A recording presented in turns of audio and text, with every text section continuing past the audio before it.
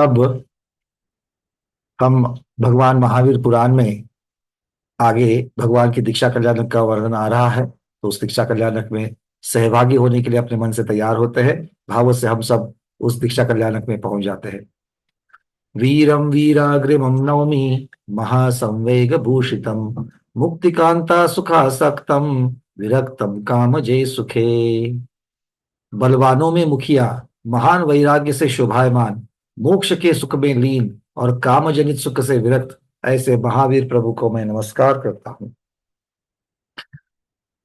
कालांतर में महावीर प्रभु के वैराग्य होने के बाद सारस्वत, आदित्य, वन्नी, अरुण, गर्दतोय, तुषित, अव्याभाद और अरिष्ट, ये 8 तरह के लोकांतिक देव अपने अवधि ज्ञान से उस प्रभु के तप कल्याणक का महोत्सव समय जानकर स्वर्ग से पृथ्वी पर उतरकर जगत के गुरु महावीर प्रभु के निकट आते हैं।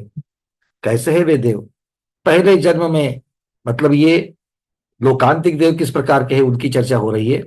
पहले जन्म में सब द्वादशांग श्रुत का अभ्यास किया है, वैराग्य भावनाओं का चिंतन किया है, 14 पूर्व श्रुत के जानने वाले, स्वभाव से बाल ब्रह्मचारी, तप कल्याणक का उत्सव करने वाले, निर्मल चित्त वाले, एक भवावतारी, देवों से वंदनिक, देवों के ऋषि, ऐसे इस प्रकार के हैं। बुद्धिमान वे लोकांतिक देव कर्म रूपी वैरियों को नाश करने में उद्यमी ऐसे महावीर प्रभु को अत्यंत भक्ति से नमस्कार कर तथा स्वर्गीय की पवित्र जलादि द्रव्यों से पूज कर वैराग्य को उपजाने वाले वचनों से प्रार्थना और स्तुति करने लगे। हे देव, तुम जगत के स्वामी हो, गुरुओं के भी महान गुरु हो, ज्ञानियों में भी महान ज्ञानी हो, समझदारों को भी अच्छी तरह समझाने वाले हो। इसलिए स्वयं बुद्ध और सब पदार्थ के जानने वाले आपको हम क्या समझावे, क्योंकि आप स्वयं हम भव्य जीवों को समझ देने वाले हो, इसमें कुछ भी संदेह नहीं। जैसे प्रकाशमान दीपक पदार्थों का प्रकाश करता है, उसी तरह तुम भी सब पदार्थों के संसार में प्रकाशित करोगे।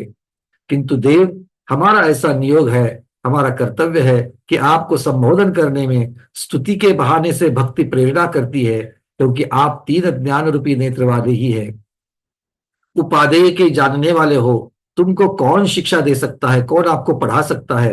कोई नहीं। क्या सूर्य को देखने के लिए दीपक की जरूरत है? कभी नहीं। हे देव, मोह रूपी वैरी के जीतने का उद्योग करने की इच्छा वाले, तुमने अब सज्जनों का बंधु कार्य किया है, क्योंकि हे प्रभु, आपसे ही दुर्लभ धर्म रूपी जिहाद को पाकर कितने ही भव्य जीव इस दुस्तर संसार समुद्र को तैर सकेंगे। कोई भव्य जीव आपके धर्मोपदेश से रत्नत्रय को पाकर उसके फल के ऊंची सर्वार्थ सिद्धि को जाएंगे। कोई जीव आपके वचन रूपी किरणों से मिथ्या ज्ञान रूपी अंधेर को हटेकर सब पदार्थों को और मोक्ष लक्ष्मी को देखेंगे। हे देव, बुद्धिमानों को तुमसे ही सब इष्ट पदार्थों की सिद्धि होगी। हे स्वामिन, स्वर्ग मोक्ष सुख भी आपके प्रसाद से ही मिलेगा। इसलिए हे स्वामी, आपको नमस्कार है। गुणों के समुद्र, आपको नमस्कार है। जगत के हित करने वाले मोक्ष रूपी सुंदर स्त्री की प्राप्ति के लिए उद्योगी, आपको नमस्कार है। हे महान दानी, इस स्तुति से इस लोक और परलोक में तपस्या और चारित्र की सिद्धि के लिए आप अपनी सब शक्ति दो। हे नाथ, वह शक्ति मोह रूपी शत्रु के नाश करने वाली है। इस प्रकार जगत के स्वामियों से पूज ऐसे श्री महावीर प्रभु की स्तुति और उनसे अपनी इष्ट प्रार्थना करके अपना कर्तव्य पूरा कर परम पुण्य के उपार्जन कर सैकड़ों स्तुति पूजाओं से प्रभु के चरण कमल को बारंबार नमस्कार कर वे देवर्षि लोकांतिक देव अपने स्वर्ग को गए। उसी समय देवों सहित चारों जाति के इंद्र घंटा आदि का शब्द होने से, आवाज होने से प्रभु के संयमोत्सव जान करके भक्ति से अपने इंद्रानियों के साथ महान विभूति से अपनी अपनी सवारियों पर चढ़कर अत्यंत उत्साह से उस नगर में आते हैं। देवों की सेना अपनी देवियों और सवारियों सहित उस नगर के वन को तथा रास्तों को चारों तरफ से घेर कर आकाश में प्रसन्नता से ठहरती है। पहले वे सब इंद्र मोक्ष के स्वामी उस महावीर प्रभु को सिंहासन पर बिठाकर, राजा की अवस्था में ही सिंहासन पर बिठाकर महान उत्सव के साथ क्षीर समुद्र के जल से भरे हुए बहुत बड़े सोने के घड़ों से गायन नृत्य बाजों के साथ जय जय जय शब्द करते हुए स्नान कराते हैं। फिर वे इंद्र 3 जगत के भूषण उस प्रभु को दिव्य वस्त्र, आभूषण, सुगंधित माला आदि द्रव्यों से सजाते हैं। तब देखिए, भगवान तो वैराग्य लेकर के जा रहे हैं, उन्होंने तो इन सब से विरक्त हो गई है, किंतु जो सौधर्म इंद्र है वो भी तो संसारी है, वो अपने हिसाब से प्रभु का उत्सव बना रहा है, भगवान को नहला रहा है, भगवान को आभूषण वस्त्र पहना रहा है। उसके बाद संयम लक्ष्मी के सुख में उद्यमी वे महावीर प्रभु खुशी के साथ लक्ष्मी और बंधुओं को छोड़कर दिव्य दैदीप्यमान इंद्र के द्वारा रची हुई चंद्र प्रभा नाम की पालकी में इंद्र के हाथ के सहारे से बैठकर दीक्षा के लिए प्रस्थान करते हैं। उस समय वे जगत के स्वामी सब आभूषणों से शोभित देवों से घिरे हुए तपरूपी लक्ष्मी के उत्तम वर के समान मालूम होने लगे, मानो कोई दूल्हा सज करके जा रहा हो। पहले उस पालकी को भूमि गोचरी राजा सात पैर ले जाते हैं, उसके पीछे विद्याधर राजा आकाश में सात पैर ले जाते हैं, और उसके बाद धर्मानुरागी सब देव अपने कंधे पर रखकर उस प्रभु को आकाश मार्ग से ले जाते हैं। यहाँ पर एक चीज को देखना है कि लोकांतिक देव आकर के सबसे पहले चले गए और फिर तब कल्याणक करने के लिए सारे इंद्र आदि आते हैं। मतलब ये पालकी वगैरह ये जो सारी चीजें हैं, इसके समय में लोकांतिक देव वहां पर उपस्थित नहीं है, वो उसके पहले ही स्तुति करके चले गए हैं। देखो इस प्रभु की महिमा का कहाँ तक वर्णन करे। जिस पालकी को ले जाने वाले इंद्र आदिक है, उस समय देव हर्षित होकर के चारों तरफ से फूलों की वर्षा करते हैं। वायु कुमार देव गंगा के कणों को छिटकाने वाली वायु को चलाते हैं। इस प्रभु के गमन में मंगलगान देव बंदीगण करते हुए और दूसरे देव गमन करने के भेरी बाजे बजाते हैं। इंद्र की आज्ञा से देव ऐसी घोषणा करते हैं कि अब ये समय जगत के स्वामी के मोहादि वैरियों को जीतने का है। इस प्रकार महावीर प्रभु नगर से वन को जाता हुआ नगरवासियों के ऊपर ऐसा प्रशंसा किया गया है कि हे जगत गुरु, सिद्धि के लिए जा, शत्रुओं को जीत, अपना कार्य कर, आज मार्ग में तेरा कल्याण होए। और करोड़ों कल्याणों का पात्र वन कैसा है वो प्रभु, जिसकी महिमा प्रकट हो रही है। प्रकीर्ण देव पंखा कर रहे हैं, मस्तक पर सफेद छत्र से शोभायमान है और इंद्र से सब तरफ से घिरे हुए हैं। अथानंतर कालांतर में कितने ही लोग उस प्रभु के भोग संपदा को नहीं भोग के तपोवन जाते हुए, मतलब भोग को तो भगवान ने भोगा नहीं किंतु तपोवन को जा रहे हैं, ऐसा देख करके आपस में कहने लगे। देखो बड़े अचंभे की बात है, ये जिनराज कुमार अवस्था में ही कामरूपी वैरी को मारकर तपोवन जा रहे हैं।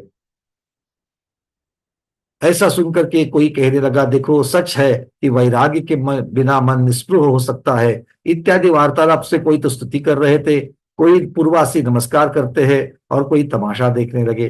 तमाशा मतलब ये जो उत्सव चल रहा है उसको देखने लगे। इस प्रकार वह तीन जगत के स्वामी अनेक प्रकार के वचनालापों से प्रशंसा किया गया नगर के किनारे आ पहुंचा। कालांतर में वो जिनमाता अपने पुत्र के घर से निकलने पर मन में अत्यंत शोकाकुल हो जाती है, किंतु आगे जाकर के देव उन्हें समझाते हैं।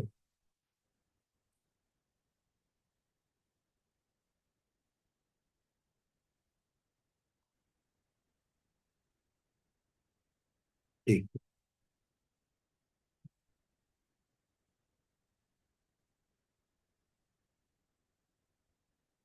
माता को समझाया जा रहा है कि हे महान चतुर माता, पापों की खनी ऐसे शोक को छोड़ो और तीन जगत के अनित्य जानकर घर में जाकर धर्म का सेवन करो। देखो एक 16 स्वप्नों में ये तो पता चली गया था कि इनके उदर से तीर्थंकर प्रभु जन्म लेंगे। जब तीर्थंकर प्रभु जन्म लेंगे तो वो नियम से दीक्षा लेंगे, नियम से सब कुछ छोड़ करके जाने वाले हैं। ये सब जानते हैं, जब पहले से सब कुछ जानते हुए भी जब वो प्रसंग आ जाता है तो माँ है, माँ को तो शोक होगा ही होगा, किंतु माँ इस प्रकार से धाय धाय करके आर्त ध्यान करते हुए रोती नहीं है। थोड़ा सा निमित्त पा करके, संबोधन निमित्त पा करके वो खुद को संभाल लेती है। हे जिनेन्द्र प्रभु, हे वे जिनेन्द्र महावीर प्रभु भी कुछ निकट ही देवों के साथ मनुष्यों के मंगल गाने के आरंभ में ही संयम धारण करने के लिए खंका नाम के बड़े वन में आए। वह वन अच्छी छाया वाला, फल सहित रमणीक, ध्यान अध्ययन को वृद्धि देने वाला था। वहां एक चंद्रकांतमयी पवित्र शिला पर वे महावीर स्वामी अपनी पालकी से उतर कर बैठ गए। कैसी है वे शिला? वो शिला देवों ने पहले आकर वनादि में रखी है। वो गोल है, वृक्ष की छाया से ठंडी है, चंदन के घिसे हुए जल से जिस पर छींटे दिए गए हैं, इंद्राणी के हाथ से रत्नों के चूर्ण से जिस पर सातिया बनाया गया है, ध्वजा और मालाओं से जिसका कपड़े का मंडप शोभायमान है, धूप का धुआं जिसके चारों तरफ है, जिसके निकट मंगल द्रव्य रखे हुए हैं, ऐसी वो शिला है। वे महावीर प्रभु भी शरीरादि से इच्छा रहित वैरागी और मोक्ष के साधन में इच्छा वाले मनुष्यों का कोलाहल शांत होने पर उस शिला पर उत्तर को बैठकर उत्तर की तरफ मुख करके बैठ जाते हैं। शत्रु मित्र सब जगह पर उत्तम समान भाव को चिंतन करते हैं। वे महावीर स्वामी क्षेत्र आदि 10 चेतन अचेतन रूप बाह्य परिग्रह को, मिथ्यात्व आदि 14 अंतरंग परिग्रह को तथा कपड़े आभूषण माला आदि को छोड़ देते हैं और मन वचन काय से शुद्ध हुए उस शरीर आदि में निस्पृह और आत्म सुख में इच्छा वाले होते हैं। उसके बाद वो सिद्धों को नमस्कार कर पल्लकासन लगाकर मोह की फांसी के समान बालों को पंचमुष्टियों से लोच करते हुए उखाड़ते हैं। वे महावीर जिनेश्वर वन वचन काय से सब पाप क्रियाओं से निवृत्त होकर 28 मूल गुण को पालते हुए महाव्रतों को धारण करते हैं। जय हो महाव्रतधारी भगवान वर्धमान महावीर की जय। आतापनादि योग से उत्पन्न श्रेष्ठ उत्तर गुणों को तथा महाव्रत समिति गुप्ति को धारण करते हैं। अब यहां पर एक बात को समझना है कि ये महाव्रत समिति गुप्ति ये जो वर्णन यहां पर साधारण वर्णन आ गया है। कोई भी तीर्थंकर नियम से सामायिक संयम को ही धारण करते हैं। तीर्थंकर कभी भी छेदोपस्थापना नाम का जो संयम है उसको धारण नहीं करते हैं। उपदेश जरूर करते हैं प्रथम तीर्थंकर और अंतिम तीर्थंकर, किंतु वो स्वयं उसको धारण नहीं करते हैं क्योंकि उनको उसकी आवश्यकता ही नहीं है। क्योंकि जिनको भेद विज्ञान करने में सहायता चाहिए, जिनको महाव्रत को पालने के लिए सहायता की जरूरत है, उनके लिए ये 13 विविध प्रकार का चारित्र अलग अलग प्रकार से किया गया है। जो आत्मा में रममान है उनके लिए इस प्रकार के चारित्र की अलग से छेदोपस्थापना चारित्र की जरूरत नहीं है। तो उनका सामायिक छेदोपस्थापना सामायिक उनका जो चारित्र है संयम है वो उनके सामायिक संयम में ही निहित होता है। ये हमको समझना चाहिए। वे महावीर प्रभु सब में समता को प्राप्त होकर सब दोषों से रहित सामायिक संयम को स्वीकार करते हैं। आचार्य स्वयं यहाँ पर लिख रहे हैं सामायिक संयम को स्वीकार करते हैं, जो संयम गुणों की खानी और सब में उत्तम है। इस प्रकार वे महावीर स्वामी मगशिर कृष्णा दशमी के सायंकाल में हस्त और उत्तरा नक्षत्र के मध्य भाग में शुभ मुहूर्त रूपी मोक्ष रूपी कामिनी की उत्तम सखी और दुर्लभ ऐसी जिन दीक्षा को अकेले ही ग्रहण करते हैं। भगवान महावीर के केशव तीर्थंकर भगवान की जो दीक्षा होती है वो तीर्थंकर भगवान की दीक्षा ये भले उनके साथ में राजा कोई हो या फिर और कोई भी दीक्षा लेते हो, किंतु तीर्थंकर प्रभु की दीक्षा अकेले ही होती है। उसके बाद में बाकी के दीक्षा ले लेते हैं, क्योंकि तीर्थंकर प्रभु अभी तो दीक्षा किसी को नहीं दे रहे हैं। उनको देख करके बाकी के राजा उस प्रकार का आचरण करके दीक्षा लेते हैं, किंतु सिर्फ और सिर्फ सिद्ध भगवंतों की साक्षी पूर्वक तीर्थंकर भगवान जो है वो दीक्षा ले लेते हैं।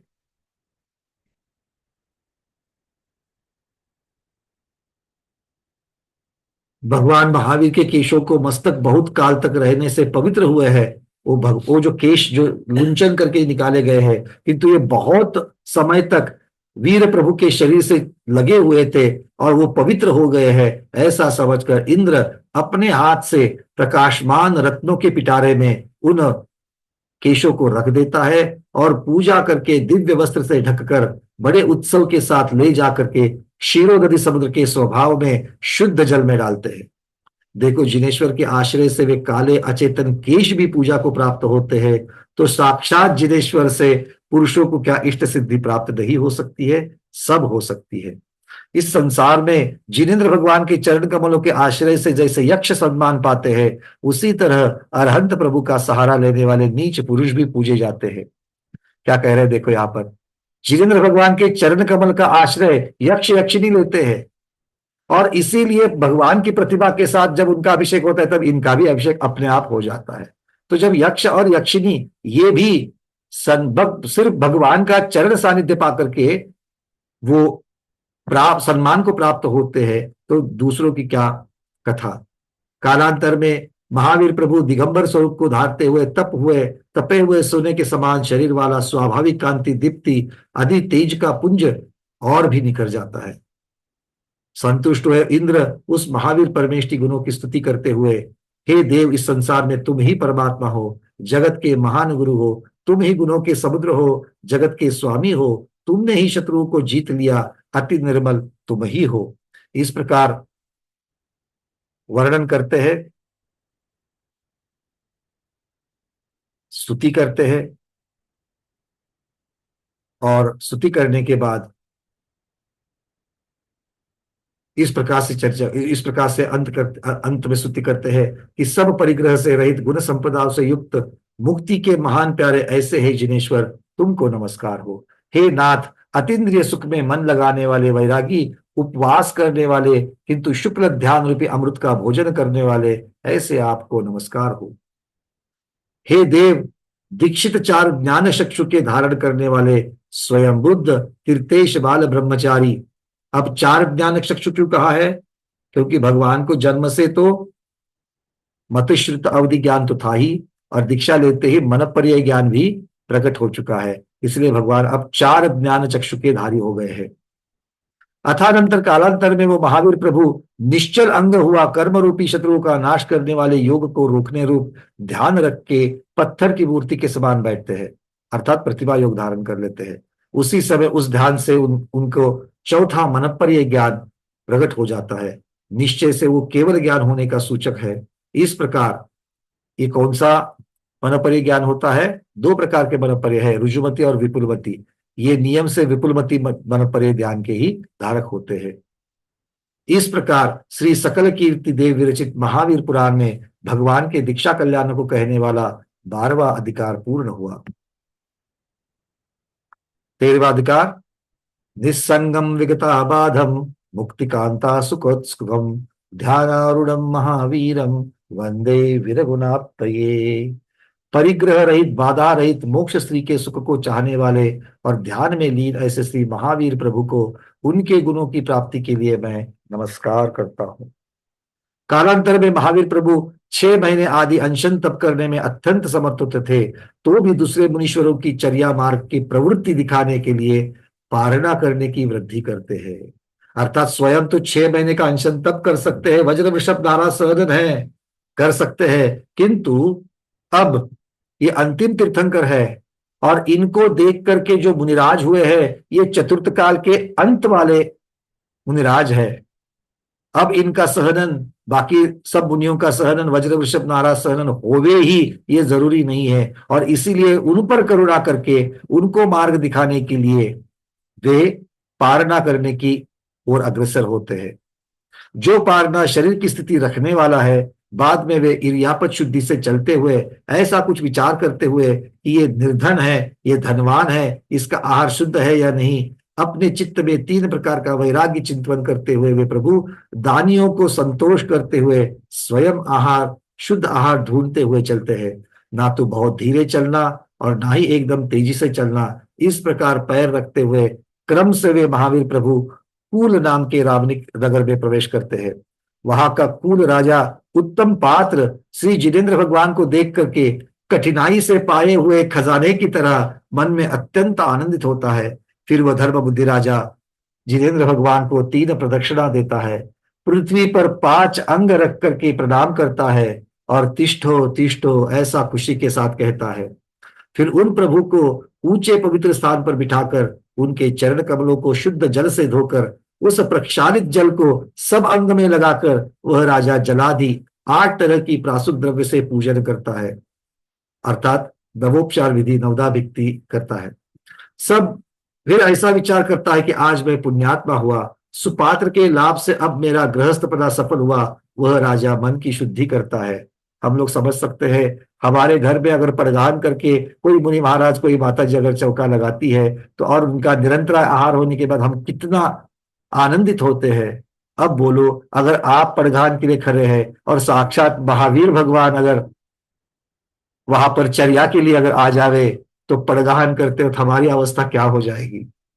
किस प्रकार से हम परिधान करेंगे तीर्थंकर प्रभु का, और किस प्रकार से आहार देंगे, निरंतर आहार होगा तो देव भी पंचाश्चर्य वृष्टि करेंगे। हम यही भावना भाते हैं कि भगवान यहां से आगे जब भी मनुष्य का भव मिले तब तीर्थंकर प्रभु को आहार देने की हम सबको बुद्धि भी हो और हम सबको मौका भी मिले, इस प्रकार की प्रभु हम प्रार्थना इच्छा रखते हैं।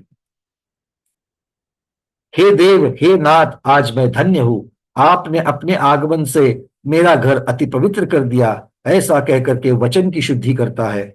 आज मेरा शरीर पवित्र हुआ, पात्रदान से श्रेष्ठ हाथ पवित्र हुए, ऐसा मान करके राजा काय शुद्धि करता है। देखो, हम और आप तो सिर्फ मन शुद्धि, वचन शुद्धि, काय शुद्धि, महाराज भोजन ग्रहण करो, हाँ, और क्या बोलते हैं, भोजनशाला में प्रवेश करो। यहाँ पर वचन की शुद्धि कैसे हो रही है, मन की शुद्धि कैसे हो रही है? तीर्थंकर प्रभु को आहार देने की जो इच्छा और उत्साह वर्धन है, उसी से मन शुद्ध हो गया। भगवान की स्तुति करते हुए आज मेरा घर पवित्र हो गया, ऐसे वचन उच्चारण करके वचन की शुद्धि हो गई। और आपको हे प्रभु आहार दान देकर के मेरे हाथ, मेरी काया शुद्ध हो रही है। इस प्रकार से काय शुद्धि हो रही है, ऐसे वो जीव बांध रहा है। अब कृत आदि दोषों से रहित प्रासुक अन्न से होने वाली निर्मल एषणा आहार शुद्धि करता है। इस प्रकार वह राजा पुण्य उपार्जन के कारण नव प्रकार की विधि से उसी समय महान पुण्य का उपार्जन करता है। इस समय बहुत दुर्लभ यह पात्रदान मेरे भाग्य से संपूर्ण पने को प्राप्त होवे, ऐसा विचार करके दान में परम श्रद्धा करता है। वह राजा अपनी शक्ति प्रकट करके पात्र दान में उद्योग करता है और उस दान से होने वाली रत्न वृष्टि, कीर्ति आदि को त्यागता है। उसका वहां पर जो पंचाश्चर्य हो रहे, रत्न वृष्टि हो रहे, उसकी तरफ उसका ध्यान नहीं है। ठीक है, ये तो प्रभु का वैभव है, ये तो प्रभु की अतिशय है। सेवा आज्ञा आदि से उस प्रभु की भक्ति में लगा वो महाराज धर्म सिद्धि के लिए अन्य सब कार्य को छोड़ देता है। वह राजा ऐसा जानता हुआ कि ये प्रासुक आहार है, ये दान का उत्तम समय है, इस विधि से दान देना चाहिए, यह संयमी बहुत उपवासों के क्लेश कैसे सहते होंगे, इस प्रकार उत्तम क्षमा से परम कृपा को धारण करने वाला ये राजा इस प्रकार चिंतन करता है। इस प्रकार महान फल के करने वाले उत्तम दाता के गुणों को वह बुद्धिमान राजा स्वीकार करता है, अर्थात उसको धारण करता है। फिर वह राजा हित के करने वाले उत्तम पात्र को मन वचन काय की शुद्धि से विधिपूर्वक भक्ति से खीर का भोजन देता है। एक ऋषभनाथ भगवान प्रथम आहार में जिन्होंने सिर्फ इक्षु रस ले लिया, किंतु उसके बाद 23 तीर्थंकरों ने प्रथम आहार में दूध से बनी हुई खीर, क्षीरान्न जिसे कहा जाया है, उस क्षीरान्न का ही आहार लिया है। तो जो क्षीर, जो दूध साक्षात तीर्थंकर भगवान ने अपने प्रथम आहार में लिया है। एक बात को समझ लेना, दीक्षा लेने से पहले तक, जब तक भगवान गृहस्थ में हैं, तब तक तो देवों के द्वारा लाया हुआ दिव्य आहार ग्रहण कर रहे हैं। और दीक्षा के पश्चात जब प्रथम आहार हो रहा है, ये उनके तीर्थंकर भव का प्रथम आहार है, जो वो यहाँ के भूमिगोचरी श्रावकों के द्वारा कराया जा रहा है। और भूमिगोचरी श्रावकों के द्वारा किया गया प्रथम आहार तीर्थंकर भगवान क्षीर का अन्न अर्थात दूध से बनी हुई पकवान को ले रहे हैं। और आज अति विवेकी लोग कह रहे हैं कि दूध को धोने में, दूध को निकालने में बड़ी हिंसा होती है, इसको इसलिए हमारा दूध का त्याग है। अरे आपका विवेक विवेक और तीर्थंकरों का विवेक अविवेक। भाई, जिसको ये सोचना है वो सोचो।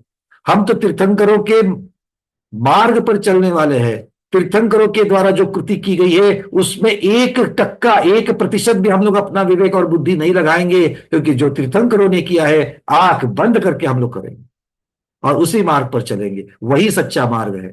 तो इस प्रकार से ये जो दूध का निषेध करने वाले लोग हैं, इन्होंने एक बार तो कभी तो उठ करके स्वाध्याय करना चाहिए कि भाई तीर्थंकरों ने किस प्रकार का आहार किया है। जब स्वयं तीर्थंकरों ने दूध को नहीं त्यागा है, तो आप कौन होते हो दूध को त्यागने वाले और दूध का निषेध करने वाले? इस पर जरूर विचार होना चाहिए।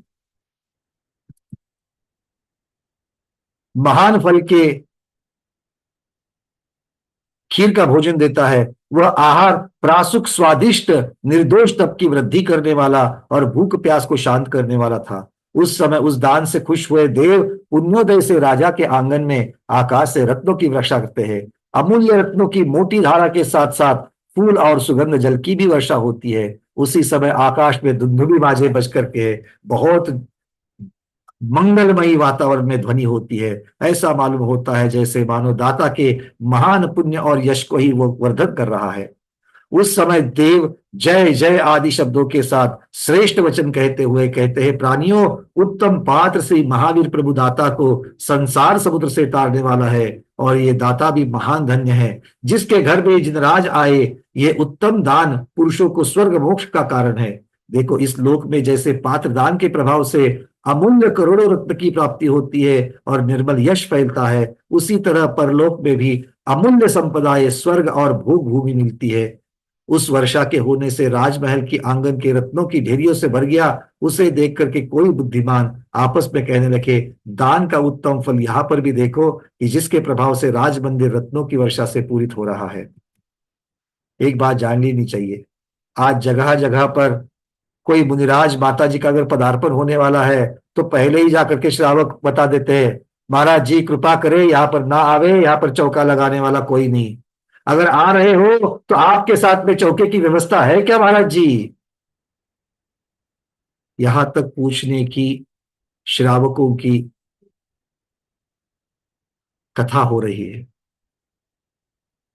कितने निर्बुद्ध है, जिनको जिनेन्द्र तीर्थंकर भगवान के लघुनंदन कहा जाता है, ऐसे महाव्रती आपके घर में आकर के आहार लेकर के आपके ऊपर उपकार करने वाले हैं, आप उपकृत होने वाले हैं। जन्म जन्म का पुण्य चाहिए जब अपने घर में आहार बना करके हम अपने हाथों से आहार देते हैं।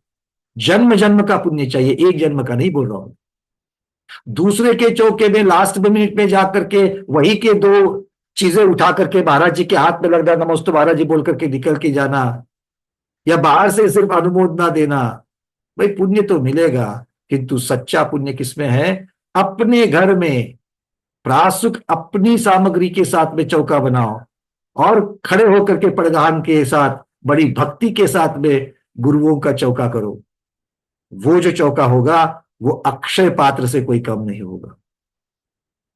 पर दुर्बुद्धि, दर्शन मोहनीय, चारित्र मोहनीय का, प्रमाद का इतना जबरदस्त प्रभाव हो जाता है कि एक को देख करके दूसरा, दूसरे को देख करके तीसरा, सब उसमें शामिल होते हैं और पूरा समाज जाकर के महाराज जी को बोलता है, महाराज जी चौके की व्यवस्था हो तो आ जाइए, हमें कोई प्रॉब्लम नहीं।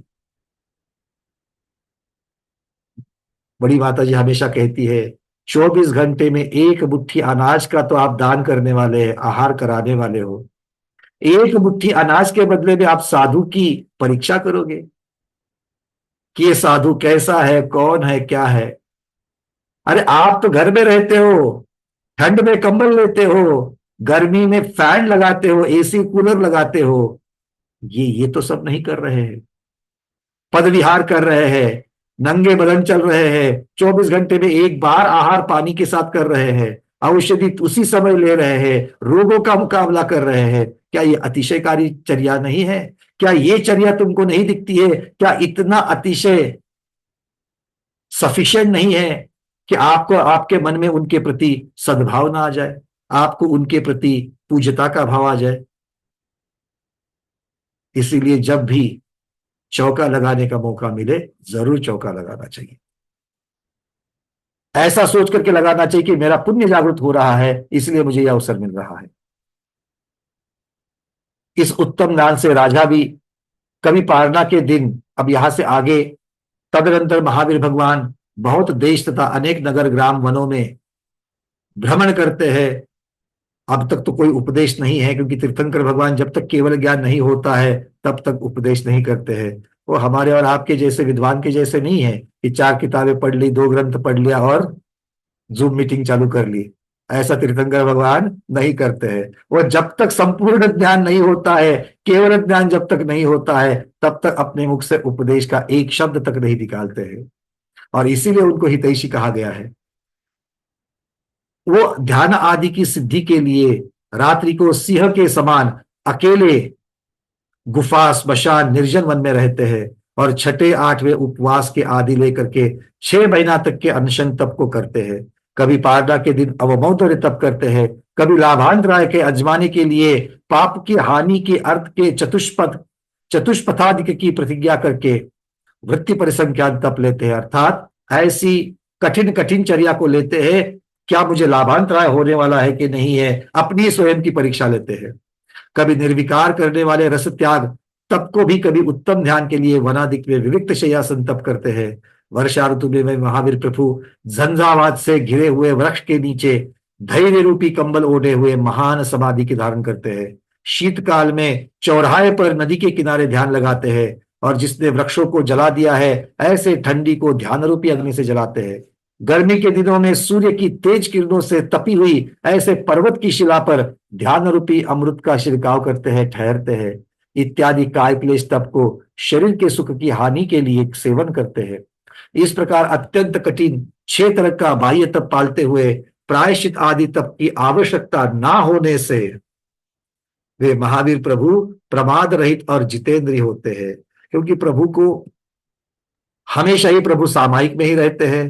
प्रभु को प्रतिक्रमण प्रायश्चित की कोई वहां पर जरूरत ही नहीं है। प्रभु को श्रुत ज्ञान के धारी है, स्वाध्याय की जरूरत ही नहीं है। तो ये अभ्यंतर तप जो है ये आप और हम जैसे साधारण जीवों के लिए है, भगवान के लिए तो ये सारी चीजें ऑटोमेटिकली हो रही है। उस आत्म ध्यान के प्रभाव से सब आश्रमों को रोकने से संपूर्ण अभ्यंतर तप तो पहले ही हो जाता है। इस प्रकार वे महावीर प्रभु अपनी सामर्थ्य प्रकट कर 12 उत्तम तपों को सावधानता से बहुत काल तक पालते हैं। वे महावीर प्रभु क्षमा गुण करके पृथ्वी के समान निश्चल हुए प्रसन्न स्वभाव से निर्मल जल के समान दिखने लगे। वे स्वामी दुष्ट कर्म रूपी वन को जलाने में जलती हुई आग के समान होते हुए कषाय तथा इंद्रिय रूपी वैरियों को मारने के लिए दुर्जय शत्रु के समान होते हैं। अतुल पराक्रम वाले वे वीर प्रभु अपनी शक्ति से भूख प्यास आदि से होने वाली कठिन परीक्षाओं को भी सहन करते हैं। उस भयानक स्मशान में अब इस प्रकार से महावीर प्रभु विहार करते करते उज्जैनी नगर के अतिमुक्त नामक के स्मशान में पहुंचते हैं। उस भयानक स्मशान में वे महावीर देव मोक्ष की प्राप्ति के लिए काय से ममता छोड़ करके प्रतिमा योग धारण कर पर्वत के समान निश्चल होकर ठहरते हैं। परमात्मा के ध्यान में लीन सुमेरु पर्वत की चोटी के समान ऐसे श्री महावीर जिनेन्द्र को देख करके पापी स्थानु नाम का अंतिम रुद्र, ये अंतिम रुद्र है, 11 रुद्र होते, 11वां अंतिम रुद्र जो है महावीर भगवान के समय में हुआ, उसका नाम स्थानु था। वो दुष्टपने से उनके धैर्य की परीक्षा करने के लिए उपसर्ग करने की बुद्धि करता है, क्योंकि जिनेन्द्र के पूर्वकृत कुछ पाप का उदय उसी समय आया था। जिनेन्द्र भगवान के पूर्वकृत कुछ पाप का उदय उस समय आता है, जिसकी वजह से उपसर्ग उनको झेलना पड़ता है। वह पापी रुद्र मोटे पिशाचों के अनेक रूप रखकर अपनी मंत्र विद्या से जिनेन्द्र भगवान को ध्यान से चलायमान करने का प्रयास करता है। वह रौद्र रात के समय ललकारते हुए, आंखें फाड़ कर देखते हुए, एकदम दांत फाड़ करके हंसता है। अनेक लयों से और बाजों से नाचते हुए, वह मुंह फाड़ते हुए, हाथों में पैने हथियार लिए हुए अनेक स्वरूप से बड़ा उपसर्ग करता है। ऐसे उपद्रव होने के समय मतलब वो लेकर के नाचता है, बड़े बड़े हथियार लेकर के भी नाचता है, ताकि आवाजों से और उस प्रकार के रुद्र अवतार से या उसके शरीर के हाव भाव से महावीर भगवान का ध्यान टूट जाए। किंतु ऐसा उपद्रव होने के समय मेरु के शिखर के समान वो महावीर प्रभु उन करोड़ों उपद्रव के उन पर होने पर भी ध्यान से थोड़ा भी चलायमान नहीं होते हैं।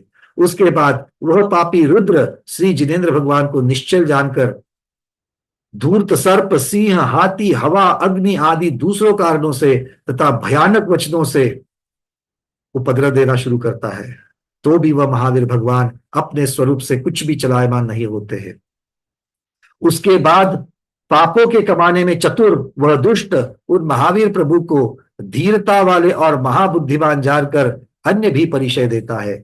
कभी हथियार हाथ में लेकर के उन्हें डराने का दुस्साहस करता है, कभी भीलों के आकार से आकार बना करके उपसर्ग करता है। अनेक कठिन उपद्रवों से घिरा हुआ वो जगत के स्वामी तो भी पर्वत के समान निश्चल ही रहते हैं।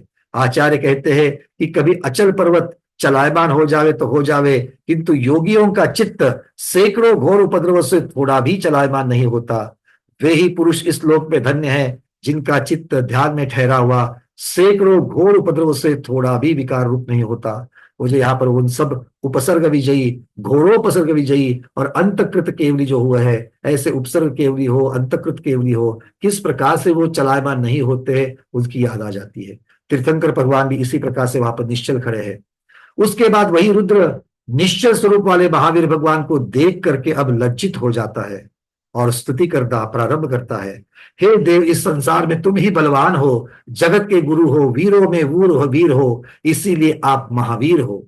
महाध्यानी, जगत के नाथ, सब परिसरों को जीतने वाले, वायु के समान संग रहित वीर, कुल पर्वत की तरह निश्चल, क्षमा गुण से पृथ्वी के समान चतुर, हे जिनेश्वर, तुम तीन जगत में वर्धमान हो, श्रेष्ठ बुद्धि होने से आप सन्मति हो, तुम ही महाबली, तुम ही परमात्मा हो। हे स्वामी, निश्चल स्वरूप के धारण करने वाले और प्रतिभा योग को रखने वाले परमात्मा स्वरूप, आपके लिए हमेशा नमस्कार हो। इस प्रकार महावीर प्रभु की वारंवार स्तुति करके, उनके चरण कमल को नमस्कार कर, अति महावीर ऐसा नाम दे करके, वीर सन्मति महावीर, अब अति महावीर या अतिवीर ऐसा नाम रख करके, अपने मत्सर को, ईर्ष्या को छोड़ करके, अपनी प्यारी स्त्री पार्वती के साथ नाच कर नर्तन करते हुए तथा चारित्र से चलायमान हुआ वह रुद्र अपने स्थान को चला जाता है। देखो, अचंभे की बात है, इस संसार में दुर्जन भी महान पुरुषों को, योग्य जन महान साहस को देख करके खुश हो जाते हैं, तो सज्जनों का क्या कहना। कालांतर में चेटक राजा की चंदना नाम की पुत्री, जो महान सती वन क्रीड़ा में लीन हुई, कोई काम से पीड़ित पापी विद्याधर उसको देख करके शीघ्रता से उसको हरण कर ले जाता है। फिर अपने स्त्री के डर से बड़े भारी जंगल में उस सती को छोड़ देता है। वह महासती अपने पाप कर्म का उदय जानकर वहीं पर पंच नमस्कार मंत्र जपती हुई धर्म ध्यान में लीन होती है। उस जगह कोई भीलों का स्वामी आता है और उस स्त्री को देखकर धन की इच्छा से उसको लेकर के वृषभसेन सेठ के पास लेकर जाकर के सौंप देता है। सेठ की सुभद्रा नाम की स्त्री थी। वो इस सती चेरना को, रूप संपदा को देख करके ये मेरी सौत होगी ऐसा शक, ऐसा संदेह मन में करती है, ईर्ष्या मन में पालती है। उसके बाद वह सेठानी उस सती के रूप को बिगाड़ने के लिए पुराने कोदों का भात आर नाल से मिला हुआ हमेशा सकोरे में रख करके उस चंदना सती को देती है। फिर लोहे की साकल से बांध देती है, तो भी वह बुद्धिमती सती धर्म की भावना नहीं छोड़ती है। किसी दिन वत्स देश की उस कौशाम्बी नगरी में राग से रहित महावीर प्रभु काय की स्थिरता के लिए आहारार्थ प्रवेश करते हैं। कहा पिछला प्रसंग उज्जैनी का, मध्य प्रदेश इंदौर के नजदीक, और अब ये प्रयागराज के नजदीक कौशाम्बी कवन। तो महावीर भगवान का विहार देखिए कहाँ कहाँ हो गया।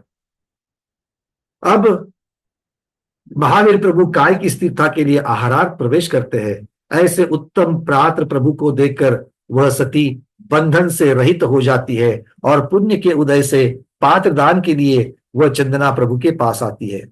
माला भूषण पहले हुए वह सती नमस्कार कर विधि सहित उस प्रभु को पड़गाती है। उसके शील की महिमा से कोदों का भात भी सुगंधित चावलों का भात हो गया और मट्टी का सरवा सकोरा भी सोने का वासन अर्थात बर्तन हो गया। देखो, पुण्य कर्म ही पुरुषों की ना होने वाली वस्तु को उसी समय तैयार कर देता है, चाहे वे कितनी ही दूर हो। उस चंदना सती का चंद्रमा के समान निर्मल यश उत्तम दान के प्रभाव से सब दुनिया में फैल गया और बंधुओं से मेल भी, उसके जो बंधु थे उनके साथ उसका मेल भी हो गया।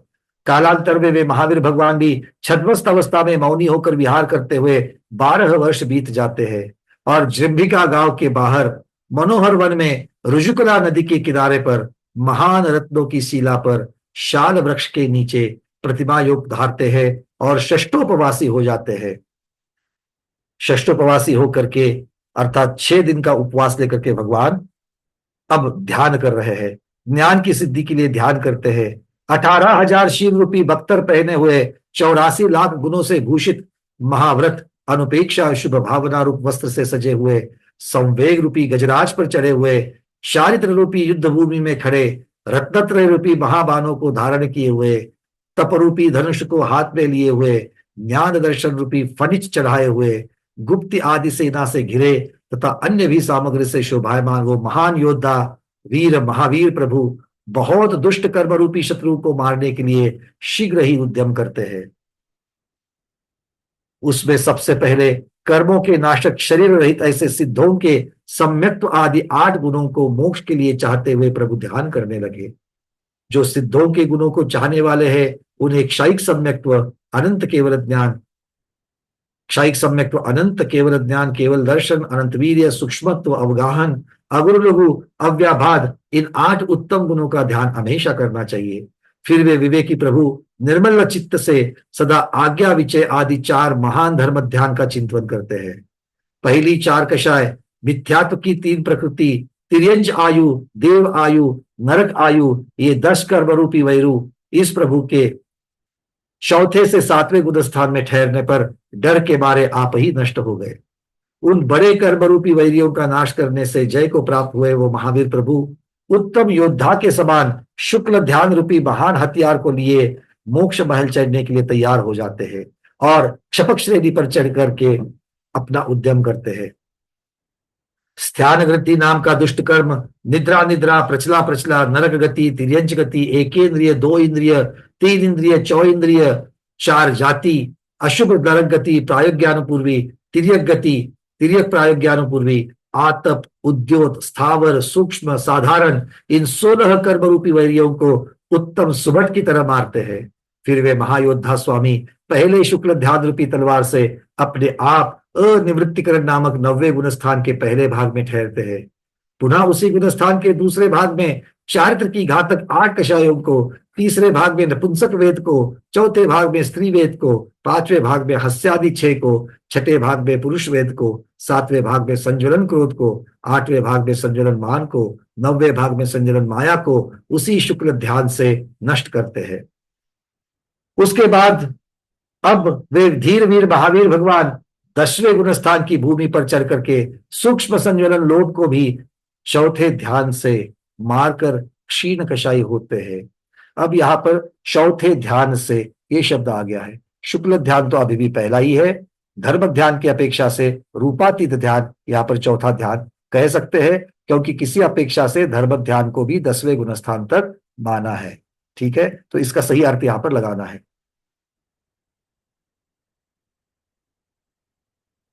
अब 10वें गुण स्थान के बाद जिनेन्द्र भगवान 11वें गुण स्थान को लांग कर, अर्थात उसमें ना जाकर उसको लांग कर 12वें गुण स्थान को पाते हैं और केवल ज्ञान के लिए उद्यम करते हैं। वे प्रभु 12वें गुण स्थान के अंत के 2 समयों में से पहले समय में निद्रा और प्रचला इन दोनों कर्म का नाश कर देते हैं और फिर वे जगत गुरु शुक्ल ध्यान के उसी दूसरे भाग रूप बांध से 5 ज्ञानावरण कर्म, 4 दर्शनावरण कर्म और 5 अंतराय कर्म, इस तरह 14 घातिया कर्मों को मार डालते हैं। इस प्रकार 12वें गुण स्थान के अंत में 63 कर्म प्रकृतियों का नाश करके तीर्थंकर महावीर भगवान 13वें गुण स्थान में प्रवेश करके केवल ज्ञान को पाते हैं। जय हो जय हो जय हो। केवल ज्ञान मंगल मंडित श्री वीर तीर्थंकर महावीर भगवान की जय। भगवान के प्रथम समवसरण की जय। नमोस्तु नमोस्तु नमोस्तु भगवान। हे जिनेश्वर श्री महावीर प्रभु, वैशाख शुद्ध दशमी के दिन सांझ के समय, संध्या के समय, हस्त और उत्तरा नक्षत्र के बीच में शुभ चंद्र योग में मोक्ष को देने वाले शायिक सम्यक्त्व, यथाख्यात संयम, अनंत केवल ज्ञान, केवल दर्शन, शायिक ज्ञान, लाभ, भोग, उपभोग और शायिक वीर्य, इन अनुपम 9 शायिक लब्धियों को स्वीकार करते हैं। इस प्रकार घाती कर्म शत्रु के जीतने वाले भगवान को केवल ज्ञान लक्ष्मी की प्राप्ति होती है।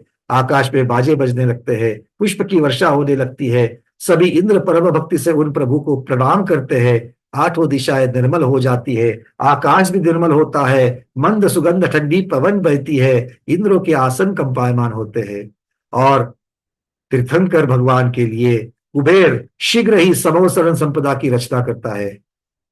इस प्रकार श्री सकल कीर्ति देव विरचित महावीर पुराण में भगवान महावीर स्वामी को केवल ज्ञान की उत्पत्ति कहने वाला 13वां अधिकार पूर्ण हो गया। भगवान केवल ज्ञान रूपी अब समवसरण में विराजमान हो चुके हैं। थोड़ा सा हमारे पास समय है और एक 5-10 मिनट हम आगे बढ़ेंगे और 14वें अधिकार को पढ़ लेते हैं। श्री वीरम त्रिजगन्नाथम केवल ज्ञान भास्करम अज्ञान ध्वांत हंतारम वंदे विश्वात दर्शिनम। 3 जगत के स्वामी, केवल ज्ञान से सूर्य स्वरूप अज्ञान रूपी अंधकार को नाश करने वाले सब पदार्थों के दिखाने वाले ऐसे श्री वर्धमान महावीर भगवान को मैं नमस्कार करता हूँ। कालांतर में महावीर प्रभु के केवल ज्ञान से उत्पन्न होने के प्रभाव से स्वर्ग में अपने आप मेघ के समान ध्वनि होने लगी। देव हाथी कमल पुष्पों को बखेरते हुए नाचने लगे। कल्प वृक्ष पुष्पांजलि की तरह फूलों की वर्षा करते हैं। सब दिशाएं धूलि आदि से निर्मल हो गई। आकाश भी बादलों से रहित हो गया।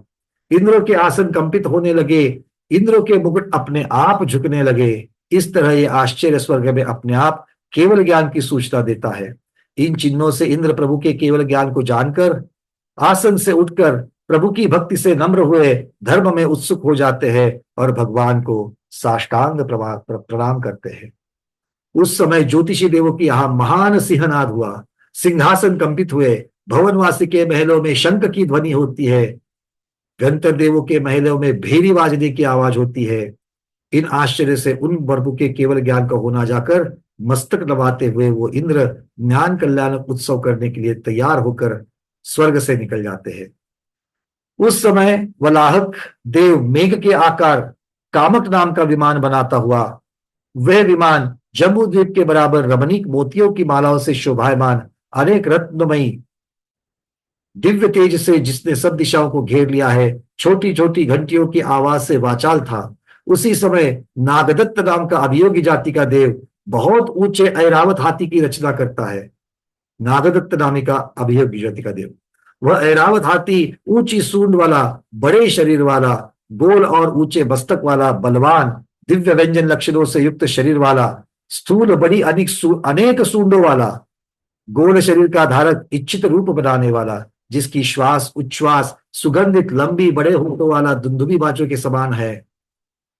उसके कान रूपी चमरों से शोभित, कान जैसे ढुरते हैं वैसे चमर जैसे ढुरते वैसे कान ढुर रहे हैं। दो महान घंटाओं सहित घुंघरुओं की माला से शोभायमान था। सोने के सिंहासन का धारक, जम्बूद्वीप के समान विस्तार वाला, अपने श्वेत रंग से सब दिशाओं को सफेद करने वाला, मद के झरने से जिसका अंग भीग रहा था, पर्वत के समान विक्रयी रिद्धिमय ऐसा था।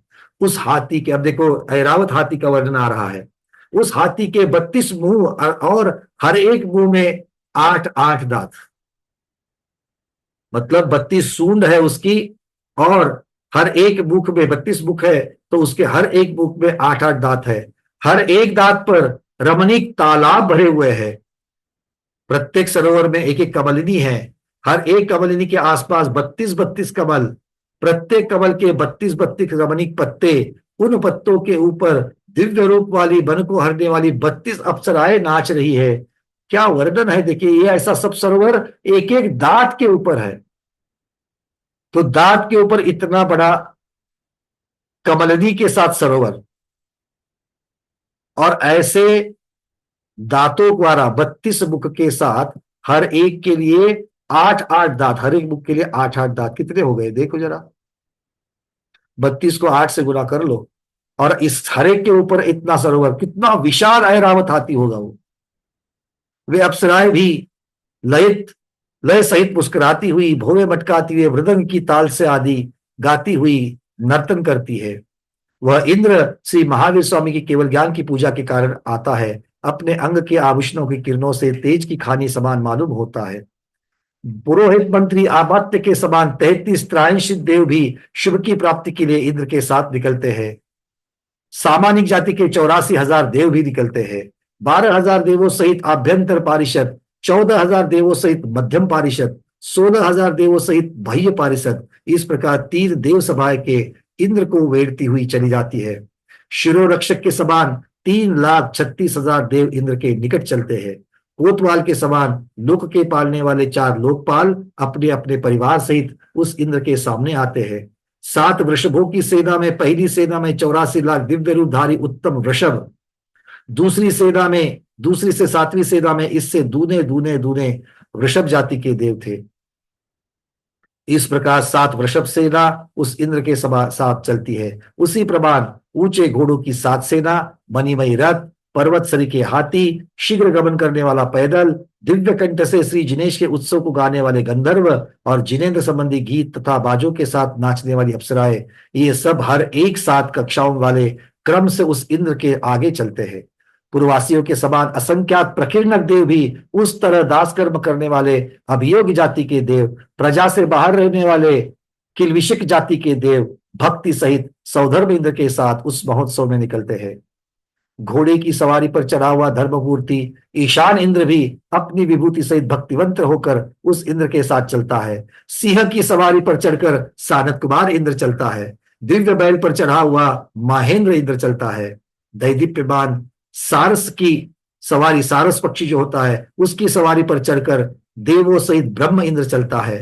हंस की सवारी पर महान रिद्धि वाला लांतवेंद्र चलता है। दीप्तिमान गरुड़ पर चढ़कर के शुक्रेंद्र चलता है। सामानिक आदि देवों तथा देवियों के सहित केवल ज्ञान की पूजा के लिए सब निकल रहे हैं। अब योग्य देवों में से उत्पन्न मोर की सवारी पर चढ़ करके शतार इंद्र भी निकलता है। बाकी के आनत आदि कल्पों के स्वामी चार इंद्र पुष्पक विमान पर चढ़ करके ज्ञान कल्याणक के लिए निकलते हैं। आप लोग भी अपने अपने वाहनों पर बैठ करके मन के द्वारा भगवान के कल्याणक में निकलने के लिए तैयार हो जाइए। इस प्रकार कल्प स्वर्गों के 12 इंद्र अपनी अपनी संपदाओं के सहित 12 प्रतिंद्रों सहित अपनी अपनी सवारी पर चढ़कर ढोल आदि बाजों से महान शब्दों से सब दिशाओं को पूरित करते हुए अपने शरीर के आभूषणों की किरणों आकाश में इंद्रधनुष फैलाते हुए करोड़ ध्वजा छत्र आदि से आकाश को ढाकते हुए जय जयकार के साथ में निकलते हैं। चंद्रमा, सूर्य, ग्रह, सब नक्षत्र, तारे, असंख्यात ज्योतिषचंद्र देव भी अपने अपने विभव सहित अपनी अपनी सवारियों पर चढ़कर अपने देवों सहित धर्म के राग रस में लीन भगवान के ज्ञान कल्याण के लिए चलते हैं। कल्पवासी देवों के साथ पृथ्वी पर आते हैं। इधर पहला चमरेंद्र, दूसरा वैरोचन, भूतेज, भूतानंद, धरणानंद, वेणु वेणुधारी, पूर्ण वशिष्ठ, जलकांत, हरिशेन, हरिकांत, अग्निशिकी, अग्निवाहन, अमित गति, अमित वाहन, इंद्रघोष, महाघोष, वेलांजन, प्रभंजन, ये 20 असुरेंद्र भी 10 भवनवासी देवों के इंद्र अपनी अपनी सवारियों के साथ चलते हैं। ये पृथ्वी से निकल करके, ये भवनवासी देव जो है ये पृथ्वी से निकल करके केवल ज्ञान की पूजा के लिए पृथ्वी के ऊपर मध्यलोक में आ जाते हैं।